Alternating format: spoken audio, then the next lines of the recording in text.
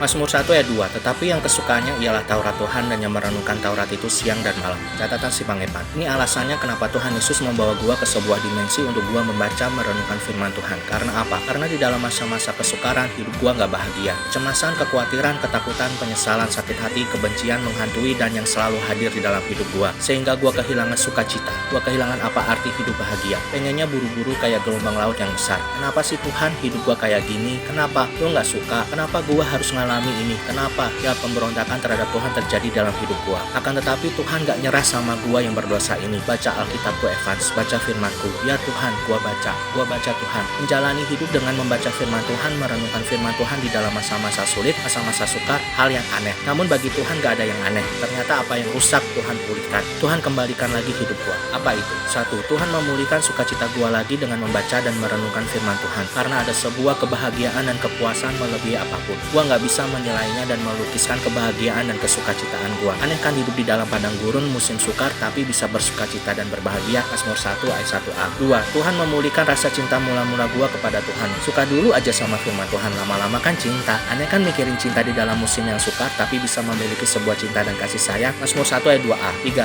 Memang gua akui gua belum menghasilkan buah. Mana fans buah dari lo? Mana? Ya gua akui gua belum berbuah. Dan gua gak mikirin buahnya kok karena belum musimnya. Dan bukan gua yang nentuin kapan gua harus berbuah. Slow bro, yang gua bisa pastiin orang yang selalu membaca firman Tuhan akan hidup seperti pohon di aliran tepi sungai. Tuhan tanamin gua di sana. Gua nggak akan pernah merasa kekeringan akan hidup dan musim dunia ini. Tuhan cuma ngomong, kalau sudah tertanam di tepi aliran sungai kemustiaan Tuhan, pasti pohon itu berbuah pada musimnya. Tuhan yang sudah melihatnya. Aneh kan musim sukar belum berbuah tapi kok bisa tumbuh, tapi kok daunnya nggak kering? 4. Apa saja yang gua lakuin Tuhan sertai dan berkati, bahkan membuatnya berhasil. Artinya apa? Tuhan memulihkan harapan gua. Tuhan menambahkan hikmat dalam hidup gua. Tuhan menambahkan ide, gagasan, kreativitas dalam hidup gua. Setiap hari muncul sesuatu yang baru dari Tuhan. Aneh kan? Padahal hanya membaca Alkitab doang. Tapi kok bisa begitu? Mazmur 1 ayat 3d. 5. Hidup gua ada di dalam tuntunan dan jalan kemustahilan Tuhan. Karena Tuhan mengenal gua. Kalau Tuhan kenal, lama-lama suka, lama-lama sayang sama gua. Asik.